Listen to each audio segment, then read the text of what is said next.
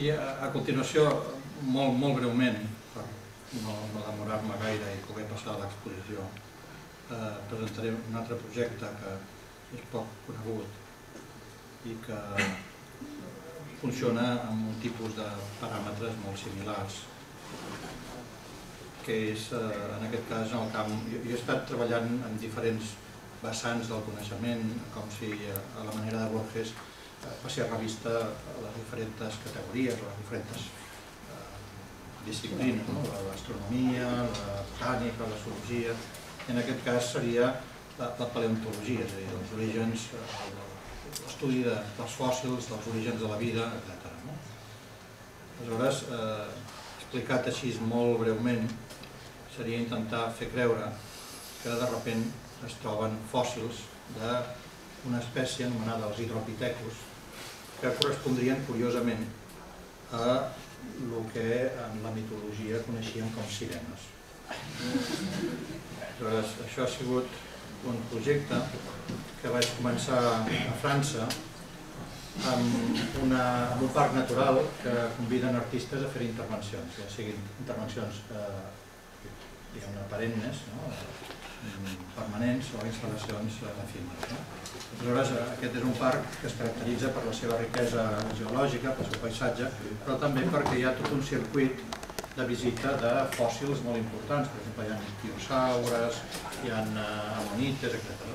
Aleshores, amb els tècnics especialitzats en fòssils, vam fer amb resina una barreja d'ossos de delfins amb ossos humans i vam implantar això a la roca, de manera que quan els turistes anaven per allà visitant, de sobte es trobaven, caramba, quin animal més raro, no? Hi havia un panell amb el logo del Ministeri de Cultura i amb tot el dispositiu institucional que explicava que allò era un hidropithecus, que era un homínid del Mioceno, de feia 18 anys, milions d'anys, etc. Però també en la descripció de l'animal hi havia tanta invenció delirant que per poc que hi entenguéssim ens donàvem compte que ella no funcionava. Llavors també en aquest cas hi ha tot un dispositiu pseudocientífic manipulant revistes, molt fàcil manipular revistes, com veieu. No cal fer xantatge als editors, als escriptors, als metges, és senzillament a base d'intervenció directa amb les imatges, amb els textos, etc.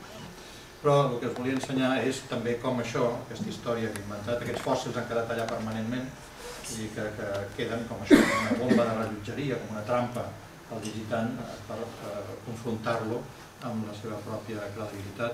També ha passat a reportatges a diferents revistes, plantejats com reportatges periodístics tradicionals, com a reportatges sobre el descobriment d'aquests fòssils. Hi ha tota una història, amb un paleontòleg, una espècie d'Indiana Jones, que després de moltes vicissituds arriba a descobrir el paleontòleg que es diu Jean Fontanet. També veieu aquí la tècnica mateixa, més informació sobre l'hidropithecus a la pàgina 72, i llavors quan anem a la pàgina 72 s'explica bé.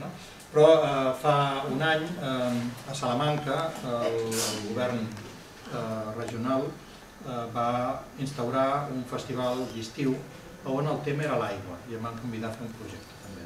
Però a Salamanca hi ha molta rivalitat amb Valladolid pel tema de Tapuerca. A Valladolid tenen uns fòssils com Déu mana i a Salamanca no hi ha res. En una ciutat universitària això és una carència fonamental.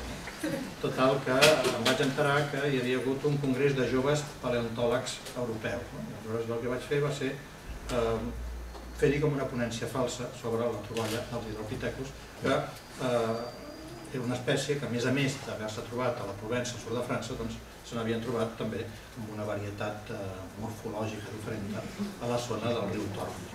Però en aquest cas també vaig fer la mateixa tècnica, vaig implantar uns falsos fòssils. En aquest cas vam fer una femella embarassada, cosa que és un impossible, el cartílag no fossilitza mai, però va ser com una llicència paleontològica. Normalment us ensenyo només les fotos, però són exposicions, són dispositius museogràfics complexes, amb material documental, amb vídeo, amb informes científics, dibuixos de camp, etc. Aleshores, en aquest cas, en aquest projecte, jo em presento com el fotògraf d'una revista científica, de l'American Scientific, que li encomana un reportatge de fer fotografies d'aquests fòssils. Per tant, ell fa les fotos, però clar, no és una autoritat paleontològica, per tant, no pot discernir si això és fals o autèntic. Jo he fet les fotos i punt. Aleshores, en el festival, davant dels periodistes, jo vaig explicar que havia fet aquestes fotografies i que eren els experts els que tenien que dictaminar-ne la importància i el valor. I aleshores hi havia tantes ganes, que vaig fer un pequeño guiño, sabeu que a Salamanca hi ha l'anècdota aquesta de la granoteta de la vera de Niconès. Va haver-hi una roda de premsa. A Salamanca hi ha 7 diaris, 3 de comarcals i 4 de locals.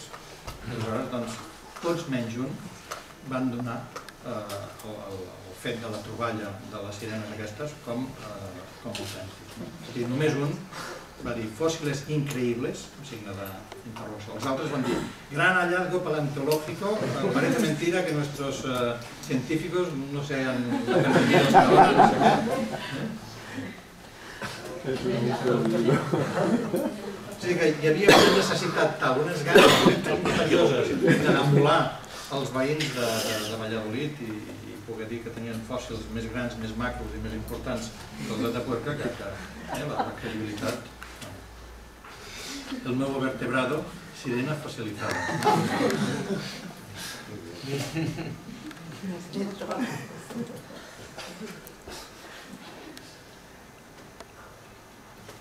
Aquest és l'únic que estava al Piter i va fer un text sapiguent que era un muntatge.